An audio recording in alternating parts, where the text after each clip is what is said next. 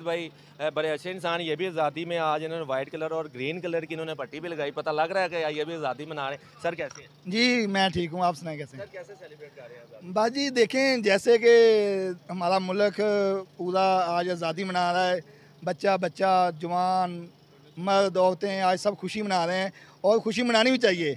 ये मुल्क हमें इतने सस्ते में नहीं मिला, हमें नहीं हमारे हाथ में मुल्क आ गया। इसके पीछे हमारे बड़ों की बहुत बड़ी कुर्बानी है, जानों का नजराना दिया गया है और बहुत बड़ी जद्दोजहद की गई है इस मुल्क की आज़ादी के लिए। तो अल्हम्दुलिल्लाह हमें अल्लाह पाक का शुक्र करना चाहिए कि हमें एक आज़ाद मुल्क मिला है। तो अभी भी देखें, जैसे दूसरी कंट्रियों में मुसलमानों के लिए इतनी आज़ाद हैसियत से वो ना घूम सकते, ना फिर सकते, ना कुर्बानी कर सकते हैं।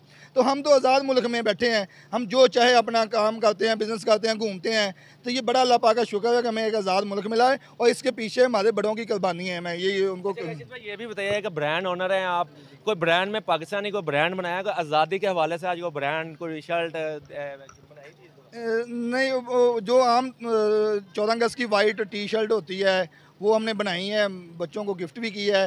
तो बकाया मेरा आपको पता है कॉटन कंफर्ट के नाम से ब्रांड है, वो तो चल ही रहा है। तो हमने वो बनाई थी टी शर्टें बच्चों की स्पेशली, तो हमने गिफ्ट की थी। इधर राशिद भाई जो एक ब्रांड ओनर है, इनसे मेरा रिलेशन है चंद सालों का है, लेकिन वाकई एक ग्रेट इंसान है। हर बंदे को आज़ादी पुरजोश तरीके से मनानी चाहिए और बताना चाहिए कि एक आज़ाद मुल्क इसको कहते हैं।